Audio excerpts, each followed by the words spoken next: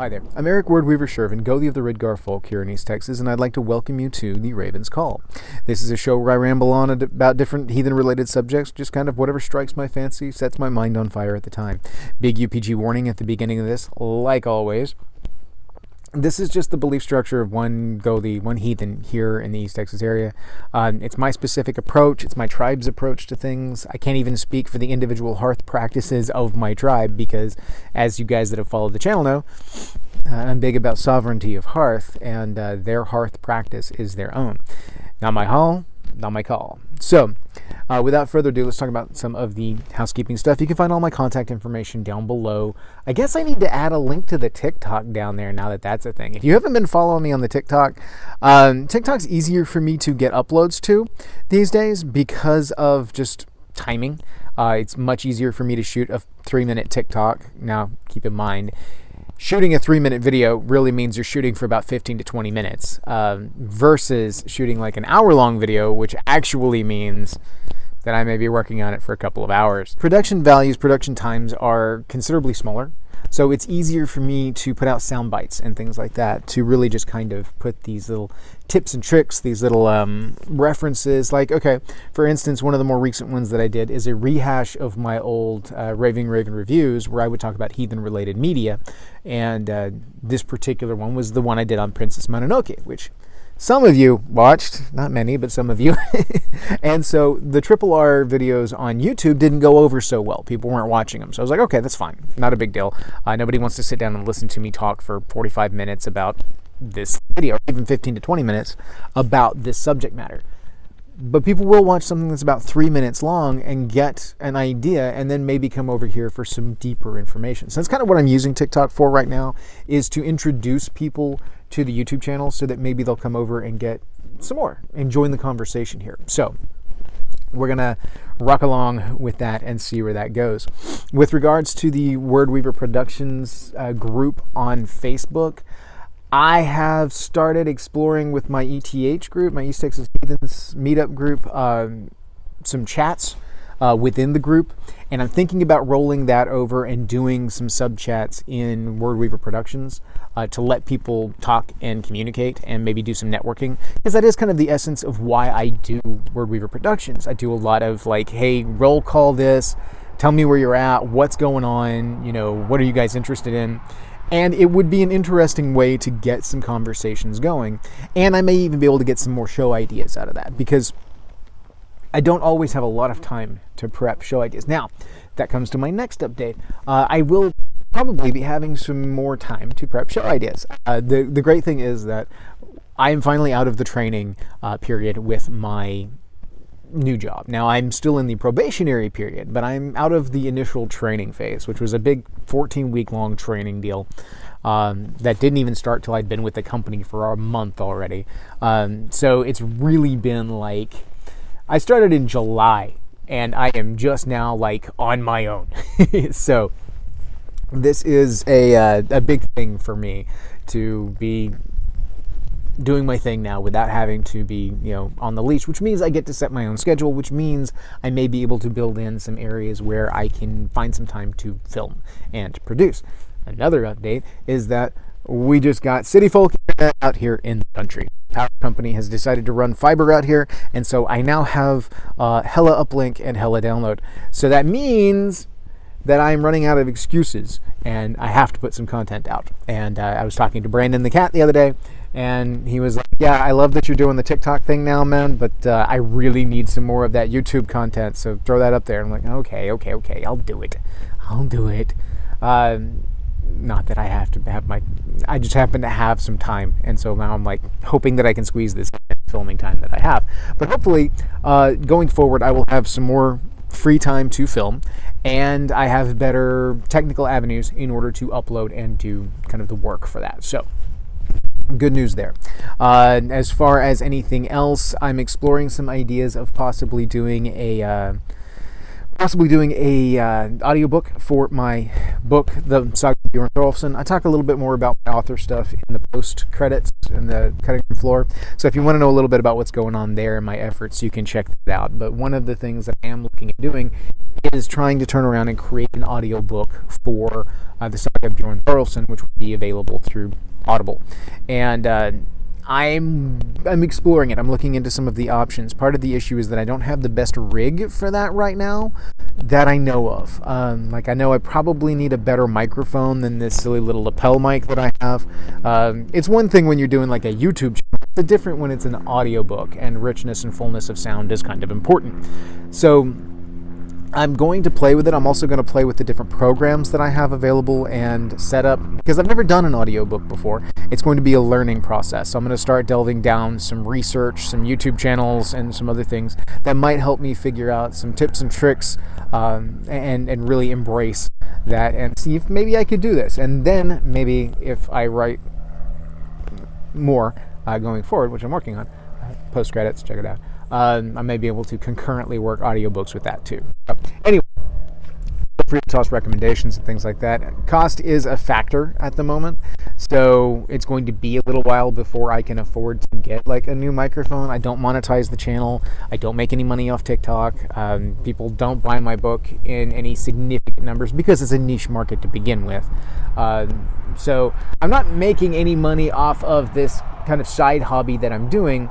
And so pouring money into it when I've got other expenses and stuff is a little bit more difficult. So I have some ideas on some microphones and things like that I would like to pursue, but I'm probably going to have to wait until after the holidays and things like that to be able to even begin to try to save up a few extra dollars to do that. So just so you know, that's going to be a work in progress. Don't expect anything quick, because you know how life is. Everybody's struggling these days. So it is what it is. Now, enough fluff and business talk. Let's talk about something heathen related specifically. This past weekend, we had a fantastic park moot. A number of you have asked me about park moots and setting up. How do I set up park moots? And I try to help you guys when you come across with those conversations. I'm like, hey, this is how I go about things. This is what I do. I use a lot of Facebook. I use a lot of the event planning on Facebook. I use my own personal account. I set up an event and I share it out to my meetup group. That way it's not locked into the meetup group, because the meetup group is set up as a private group, which means that link can't be shared outside of the group, but other people may want to send it to people who aren't in ETH. They may want to send it to their cousin or their sibling or something like that and be like, hey, you might be interested in this, come. And so I try to keep it through my page so that it's open and I am the host. And then I just share it out to the ETH page. It also lets me share it out to other groups so I can kind of expand the presence of it. Kind of like I do with the videos here, where I will find a root point and then share it out to different areas so that it remains open for everybody, so you all have access to it. From there, it's just a simple matter of scheduling a meetup time, a place, showing up, and being routine about it. So in our most recent park moot, I was sitting talking with Brandon and we had an interesting conversation. This is something that I have touched on before with the subject of the gods of order and the agents of chaos, as it were. And he was discussing with me the concept of chaos and entropy and was kind of getting my point of view on that. So I thought I'd share it with everybody else in this respect. Here is the general breakdown as far as this goes, is that the heathen gods, Odin, Vili, Ve, Tyr, Heimdall, Thor, the heathen gods, the heathen goddesses, Frigg, Freya, or Freya, depending on your pronunciation, you've got Sif and Idun and all of these. You've got gods of order. Now, some people will say, well, they're not gods of order. A lot of people will buck against any kind of organized religion. Let me remind you, folks, religion's not a dirty word. Religion's not a bad word. Religion solely means our relationship with the divine. All religion is organized. All religion is organized because it is the codification of a system of how you interact with the divine. Now, it may be a loose codification. It may be a very, very loose system. And all you do and all you say is that I give offerings to the gods. That's a system. That's a codification. That is an organization. Now, what people mean frequently when they say organized religion, they're talking about like big church religions. That's a different thing entirely. That's not just organized religion, because all religion in and of itself is organized. All cultures, I maintain that all cultures are based on the religious element of them, the spiritual element of them, the cultural element of them, and the philosophical element of them. Because it's all about their interaction with their divine, their interaction with the spirit plane, whatever that may be. And then, because some are more overt with it and some are more subversive. Even the Judeo-Christian approach has a spiritual element to it. They just frequently are in denial of it, but it is still there and it is still a thing. And so I just don't buck because that's their thing. Not my call.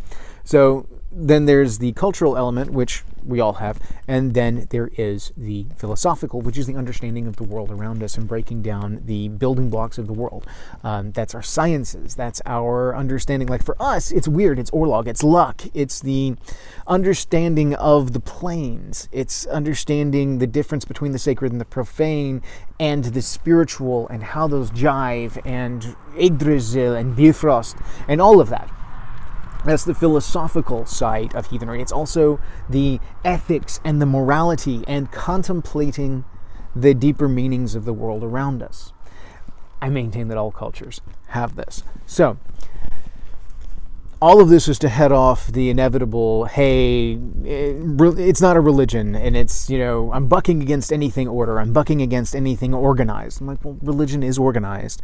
Your mourning is organized. You get up, you do things in a certain order, and patterns exist, and that's fine. That's not a bad thing. The idea is that religion, in and of itself, is our ability to interact with the gods and goddesses in some way, shape, form, or fashion.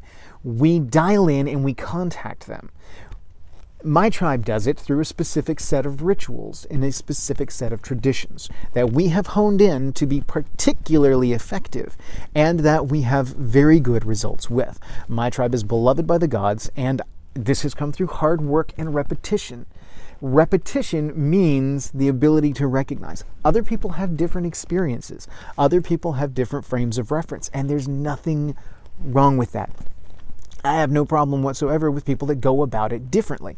I'm not necessarily going to join in, especially if I feel like it doesn't jive with my particular approach, and I might offend the gods in participating in this fashion.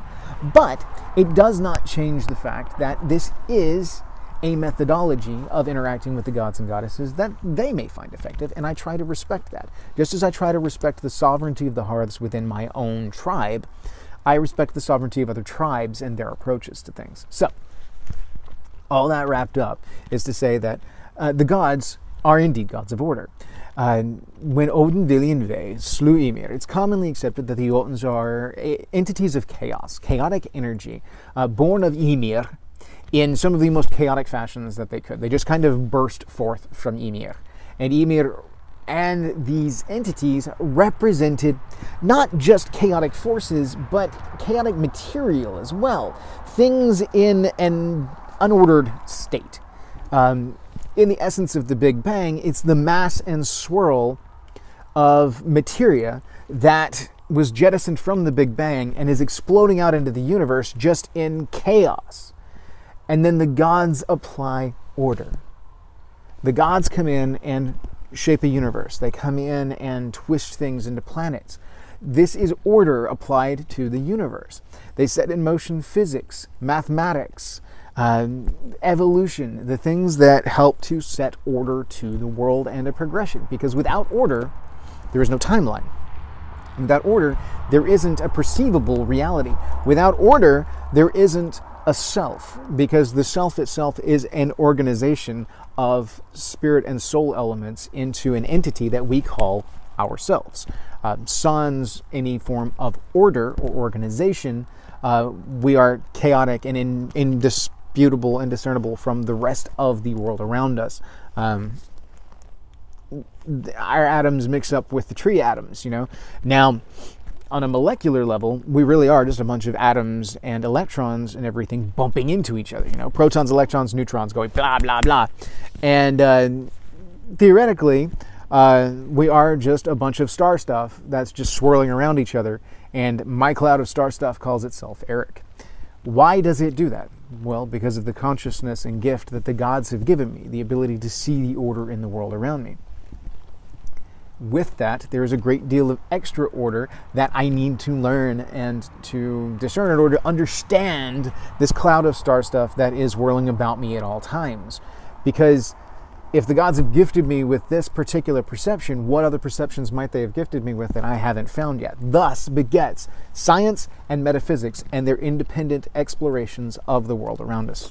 You guys have seen me go on about this on the channel before. It's a thing. So, the gods are gods of order. They set order to the world. You want a mythical reference for that? Fine, let's go to the Voluspa.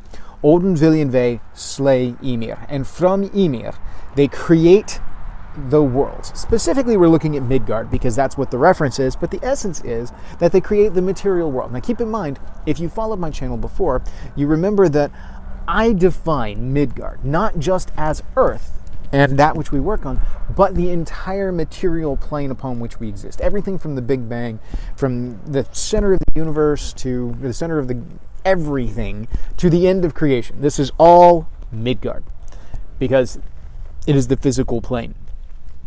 It is separate from the sacred plane, and it is alongside the spiritual plane. Again, my beliefs, UPG, whatever you want to make from it, remember the disclaimer at the beginning of the video.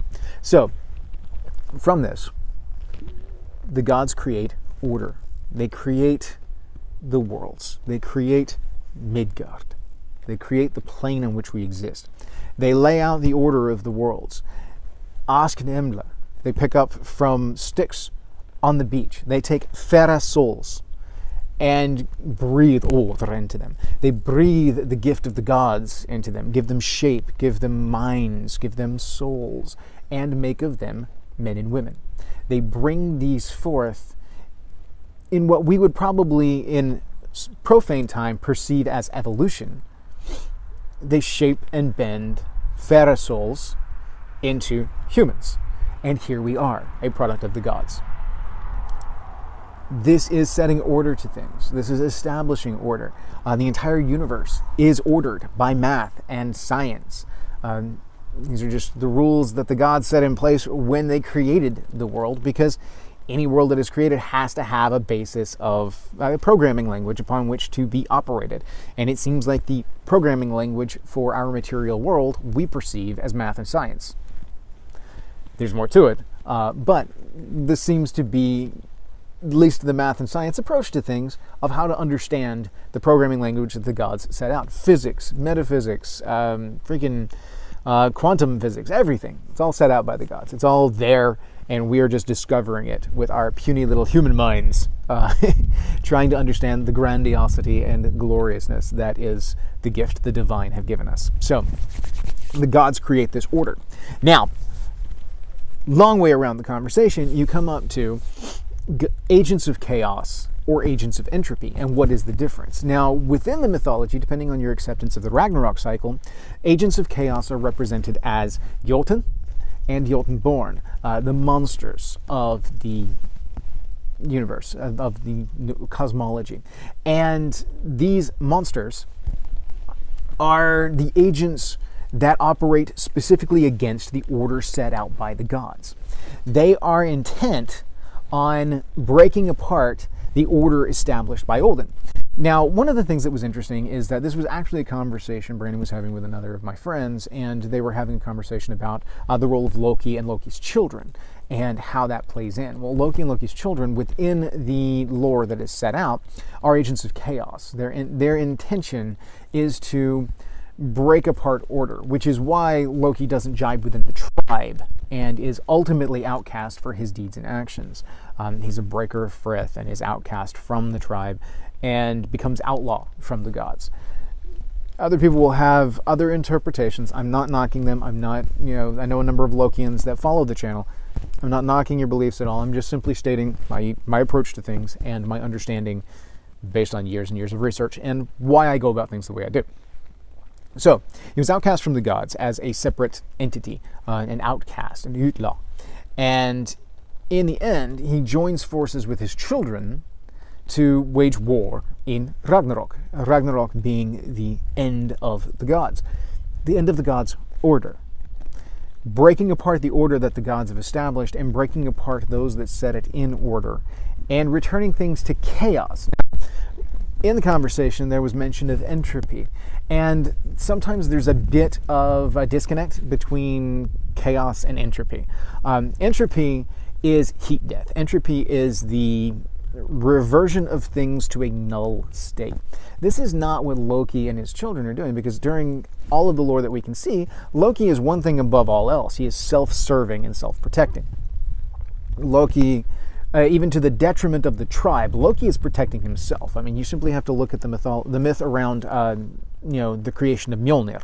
And when he sets the dwarves against each other, establishes the competition, and if they win with Mjolnir, then they will have his head. And of course he tries to interfere, being the gadfly, biting their eyes, causing the shortening of Mjolnir's handle, and then the gifts are given, and they win anyway, because Mjolnir is just that good. Well, of course, Loki loses his head. Well, this is when he starts to pull his trickery and says, you can have my head, but you can't have my neck. Clever, I know, but it's pedantic. And so they sew his mouth shut, okay? The heavily abridged version of this particular myth. But the idea is that Loki is always working towards protecting himself and maintaining himself.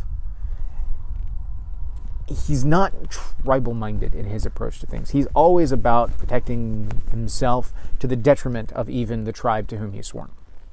So, in the end, when he's fighting, and he's fighting to break up order, he's not breaking all of reality down to a null state. He just wants to break Odin's shit. Pardon my French, but that's the best way that I can think of. He wants to dissipate the order that Odin has created on the world and break apart the order set by the Aesir. And so he and his children serve as agents of chaos to revert things to chaotic state. And this jives with the goals and intentions of, say, the Jotun. And so he's of Jotun blood. This makes sense. So you have the order, you have the other, which is to break apart the order. There is an entity of entropy, and you guys have heard me talk about this on the channel before. This is Nidhogg. Nidhogg, the gnawer beneath the tree, is constantly working to destroy Yggdrasil. Nidhogg is the only one that I know of in the mythology that is constantly working to end its own existence. And I say it because we don't know. Specifically, like Loki is given a character. Even Fenrir and Jormungandr and Hela are given some kind of identity, some kind of personality. Nidhogg is represented as a force of nature. It is the antithesis of the tree. It is the antithesis of Yggdrasil.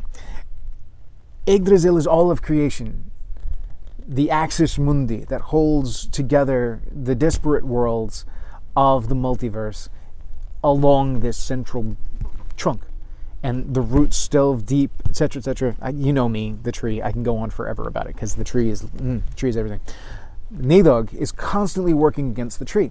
When we give offerings to the gods, we are exchanging energies with them so that we can help to bolster their energy, that they may keep off and stave off Nidhogg and his entropic works. We are reinforcing the prima sacrifice that gave order to the world, that created everything that we have, and the energies that gave us life in the beginning, to stave off this entropic force of Nidhogg. Nidhogg devours all life and all energy to revert it to not chaos, but Ginnungagap.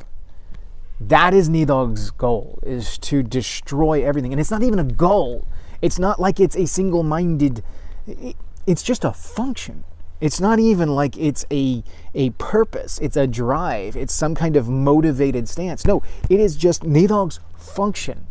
Like Yggdrasil's function is to live and grow and hold the worlds, Nidhogg's function is to revert that to entropy, to revert that to heat death, to revert it to Ginnungagap.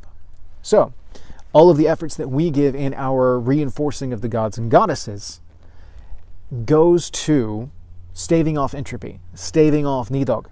Now, if you look at Ragnarok, Ragnarok actually is a small battle in the grand scheme of creation. Yes, it is the end of the order of Odin and the gods, but the story that we have of Ragnarok and the way that it goes down is pretty well limited to what's in the Poetic Edda. We're looking at the Voluspa, off of which a great deal was based. Now, if you've looked at the author of the Voluspa, an article that's found in the Saga Book 20, I believe, of the Viking Society in the UK, it goes into some very interesting information about who the author of the Voluspa could be. I've talked about it before. You can go back. The essence is they think it's probably the son of a Volva or a Sirius who was in Iceland about the time of the conversion, and that this poem is his trying to process the conversion and deal with that going down and how he's going to come to terms with it and what it means. And he does so through the framework of the mythology that he's grown up with. His definition of reality, he goes through the story of the gods, the fall of the gods, and the rise of the new one god in Iceland. Hence the end of the Voluspa and its rise of one god above all, even with our gods returning. Yeah, it's a metaphor for the conversion of Iceland heavily. Because of that, I do think there is, because I've seen references to it in other mythologies, in the Proto-Indo-European kind of route of things, there is reference to wars of the gods like this, end-time kind of wars, that are not just what we've seen in the Voluspa, but they're also more vague. So we probably don't have the fullness of the mythology upon which the Ragnarok cycle was based.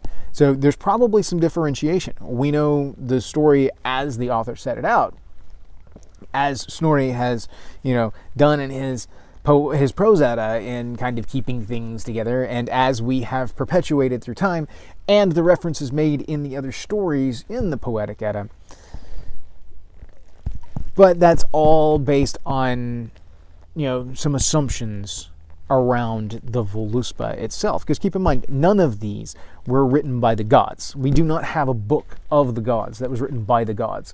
Inspired by them, perhaps, guided by them, most assuredly, but frequently through some kind of a filter or veneer that we have to pick out the drivel and really boil down to, hey, what is the real content here? What is actually heathen in all of this? It's like going through and reading Beowulf. Beowulf is a heathen tale, but you have to chop off all the chaff. Beowulf is the kind of thing where it's a heathen tale told by a Christian, much like the Prose Edda.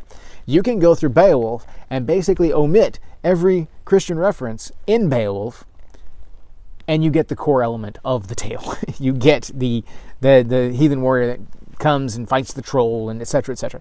So yeah, you can totally unchristianize Beowulf just through a little bit of work. I've done it before.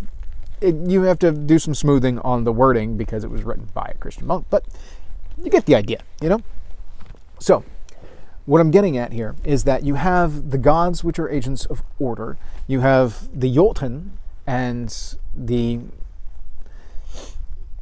kin of Loki, and Loki himself, as agents of chaos. And then you have Nidhogg as a force of entropy. Ragnarok itself is a small battle in the grand scheme of creation, because even though the tree will shake, the tree will stand at the end of Ragnarok. There will be something on the other side of it. But if Nidhogg wins, there's nothing left. So this is a quabble, a squibble, a squabble. Yes, I'm making words up. This is a simple scuffle between agents of order, agents of chaos, all fighting for how creation should be shaped. Whereas there is a force of nature that is constantly just destroying all of creation. Think of, the best correlation I can think of from Nidhogg is like Gmork in The Neverending Story with the nothing that is coming in. That Gmork is a devourer, just like Nidhogg. Nidhogg is not even necessarily an agent of entropy, he is the harbinger of entropy. He is that which comes before. And after Nidhogg, there is nothing. Nothing. He's always just at the outskirt of it, devouring and leaving nothing behind. So, this is where I was getting into this particular conversation, and the tangent that we went down is exploring the elements of order and chaos and entropy in that specific relationship. I've mentioned all of these separately, but I haven't sat down, I think, and put into a specific kind of, here it is, the relationship of order, chaos, and entropy within the heathen mythology, as far as my approach and my interpretation and kind of the belief structure of the tribe. So hopefully you found that interesting. Hopefully that will spark some conversation. I know that there's going to be some disagreement in some respects, and I disagree with that. That's fine. Not about, my belief doesn't require that you believe, kind of thing. I'm just sharing it in case you guys find it interesting. And if you don't, that's fine too. Not a problem. But if you don't, you haven't made it this far in the video anyway, unless you're bitten mad because you want to watch the entire video so that you can cheer me out about it, which that's a thing too. I get that. So,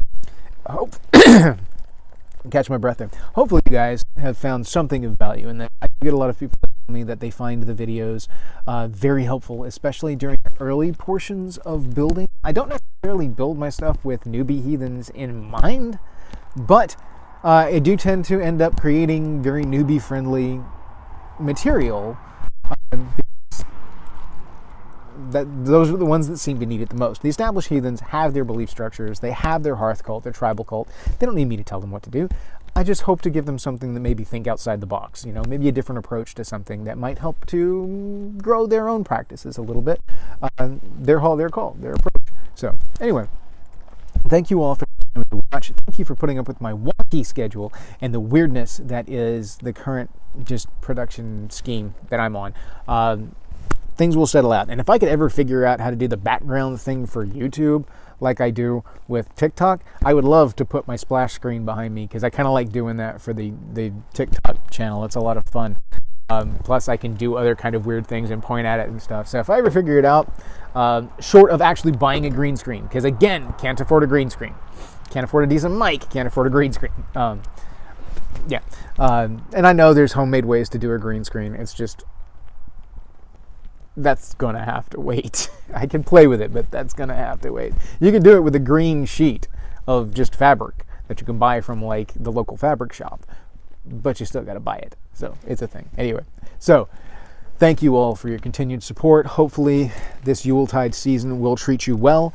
I hope to have some more frequent videos coming out. I do intend to do something more Yule-centric come closer to Yule. So stay tuned. I like to always put out a Yule video for the year, and I'm going to explore what I can do with that. So in the meantime, hail to you all. May your hearth fires burn bright.